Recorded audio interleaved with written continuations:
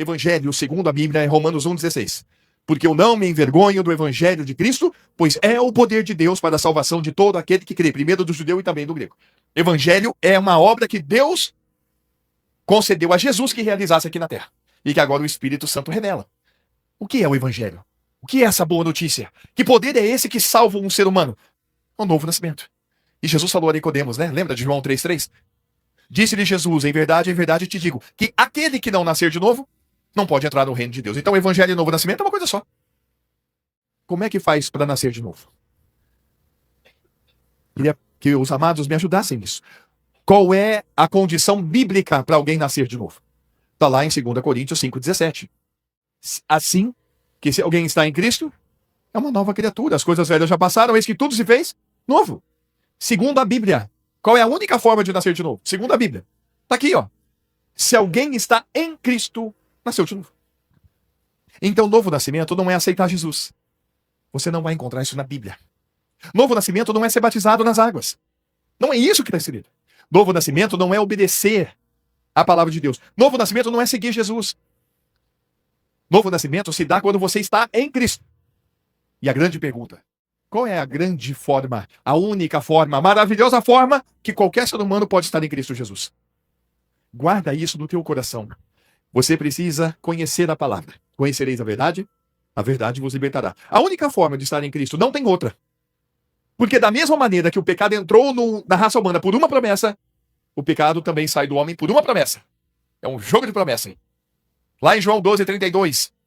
Guarda isto, por favor, anota, fala aqui, ó. Creia nessa promessa que Jesus fez. Ele declarou, e eu, quando for levantado da terra, todos atrairei a mim. Ele declarou isso lá em João capítulo 3, versículo 14, para Nicodemos. Nicodemos, assim como Moisés levantou a serpente no deserto, assim importa que o Filho do Homem seja levantado. Para quê? Para que todo aquele que nele crê não pereça, mas tenha a vida eterna. E essa é a loucura da pregação. Porque a palavra da cruz é loucura para os que perecem. Onde é que está escrito? Me ajudem. 1 Coríntios 1,18. Vamos lembrar, para ver se está certo mesmo? Porque a palavra da cruz é loucura para os que perecem. Mas para nós que somos salvos é poder de Deus. Olha o Evangelho. Ó. A palavra da cruz é Evangelho. Novo nascimento. Meus amados, por que é loucura? Porque nós aqui temos clareza sobre isso. De acordo com a palavra. Quando Jesus foi para a cruz, ele levou todos nós com ele. Amados, isto parece pouco, mas é tremendo. Quando ele foi para a cruz, ele levou todos nós com ele. Então, está equivocado quando alguém fala, Cristo levou meus pecados na cruz. Isso é verdade ou é mentira? Eu não posso dizer que isso é mentira. Mas ele levou meus pecados de que maneira? Quando me levou com todos os meus pecados no corpo dele. Ele não levou apenas os meus pecados. Porque se ele tivesse levado apenas os meus pecados, eu estaria ainda sem a vida eterna. Mas ele me levou com toda a imundícia, a origem, a base, a fonte geradora de todo mal, estava lá dentro de mim e de você. E ele, olha que bonito, foi ele que nos aceitou no corpo dele. Obrigado, Senhor, por o Senhor ter me aceito no seu corpo. Ele que me trouxe, ele que me puxou, ele que me atraiu, ele que me levou para a cruz. E lá em Romanos 6,6 está escrito isso. Sabendo isso, que o nosso velho homem, sabendo isso, que foi crucificado com ele o velho homem. Se eu não sou uma nova criatura, o que eu sou? Uma velha criatura. Se eu não sou um novo homem, o que eu sou? Um velho homem. Então está dizendo que eu fui crucificado com Cristo com qual propósito? Olha que lindo! Para que o corpo do pecado seja destruído. E não sirvamos ao pecado como escravos. O Cordeiro de Deus veio para tirar o pecado. De que maneira que ele tira? Quando você crê que foi atraído por Jesus, você foi crucificado com ele. Porque foi lá que foi destruído esse mal que estava na tua vida. Olha o versículo 7 e 8. Porquanto, quem morreu está justificado do pecado. Peraí, mas que morte é essa? Eu, quando ouvi a primeira vez, que morte é essa? Eu não morri ainda. Então, quando eu morrer, eu vou ser justificado do pecado, aí que Deus vai abrindo o entendimento, né? A palavra vai entrando, e aí fala, calma, veja o versículo seguinte. Ora, se já morremos com Cristo, cremos que também com ele viveremos. Eu falo, então quer dizer que quando Cristo estava lá naquela cruz, ele me levou, eu estava lá com ele? Eu fui crucificado com ele, eu morri com ele? É isso? Eu nunca ouvi isso na minha vida. Mas que história é essa? Isso aí é meio loucura. Isso é coisa de doido. Pois é, aí eu lembro, até hoje, a palavra da cruz é loucura para os que se perdem. Estava perdido mesmo. Então para mim era uma loucura isso. Até que o Senhor abre o nosso entendimento. 2 Coríntios capítulo 5, versículo 14. Olha que tremendo isso. Porque o amor de Cristo nos constrange, julgando nós assim. Se um morreu por todos, logo todos morreram. Então quer dizer que se Jesus morreu na cruz, ele me levou para estar com ele lá na cruz, eu morri com ele. É isso? Ô Senhor, se isso é verdade, me dá fé para crer. Que eu morri com Jesus. E fui justificado do pecado. E aí, o Senhor avança comigo e com você e com todos nós. Mostrando lá em Romanos capítulo 6, versículo 4. De sorte que fomos sepultados. Eu queria só que você prestasse atenção nisso. Fomos sepultados com ele. Olha, meu Deus, eu nunca soube disso, Carol, eu nunca tinha ouvido isso. Quer dizer que Jesus foi crucificado e eu fui com ele. Jesus morreu e eu morri com ele. Ele foi sepultado e eu fui sepultado com ele, pela fé na palavra, espiritualmente falando. Opa, agora eu estou compreendendo isso. E aí vem a grande notícia. Ô, Sérgio, que notícia tremenda. A notícia que enche o nosso coração de alegria. Efésios capítulo 2, versículo 6. Que coisa tremenda. Quando Deus ressuscitou Jesus dentre os mortos, nos ressuscitou juntamente com ele. E nos fez assentar nos lugares celestiais em Cristo Jesus.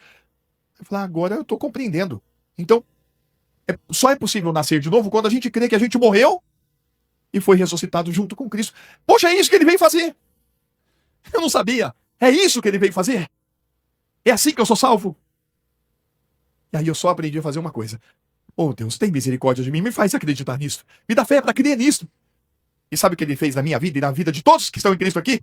Olhou para nós com graça e disse, venham, tá aqui, agora vocês são meus. O Espírito Santo nos convenceu dessa graça. O Espírito Santo que nos convenceu da palavra. E ele continua a guiar a nós todos agora, trazendo sempre isso no nosso corpo. Eu estou crucificado com Cristo, Gálatas 2, 19 e 20. Aliás, a outra versão vai falar, porque eu, mediante a lei... Coloca a outra versão para mim, a RA. Porque eu, mediante a própria lei, o que aconteceu comigo? Eu morri para a lei, para viver para Deus. Já estou crucificado com Cristo, logo, já não sou eu quem vive, mas é Cristo que vive em mim. Amém. Isto é crer no Evangelho. Ide, pregue o Evangelho. Quem crê no Evangelho, e aí tem uma outra coisa, e for batizado, será salvo. Então, o batismo nas águas, que quem deu o início a isto, eu vou dizer a vocês, não foi nem João Batista. João Batista estava colocando ali o batismo para arrependimento, mas quem realmente deu início a isto foi o próprio Jesus Cristo, batizado pelo primo João Batista.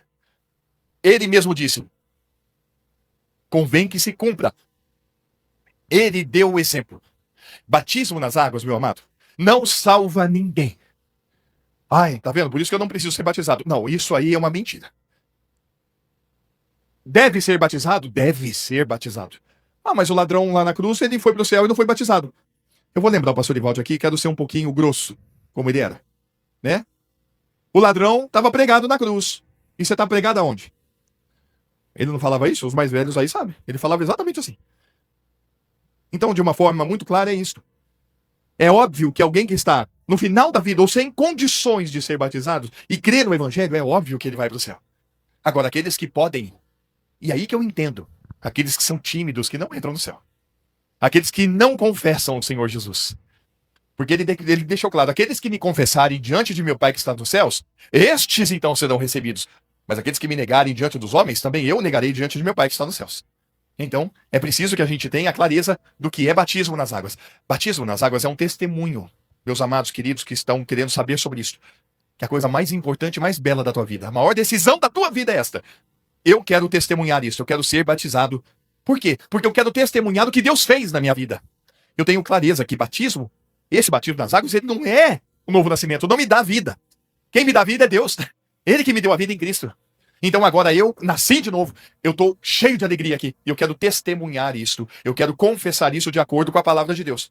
E aí a pessoa pede para ser batizado.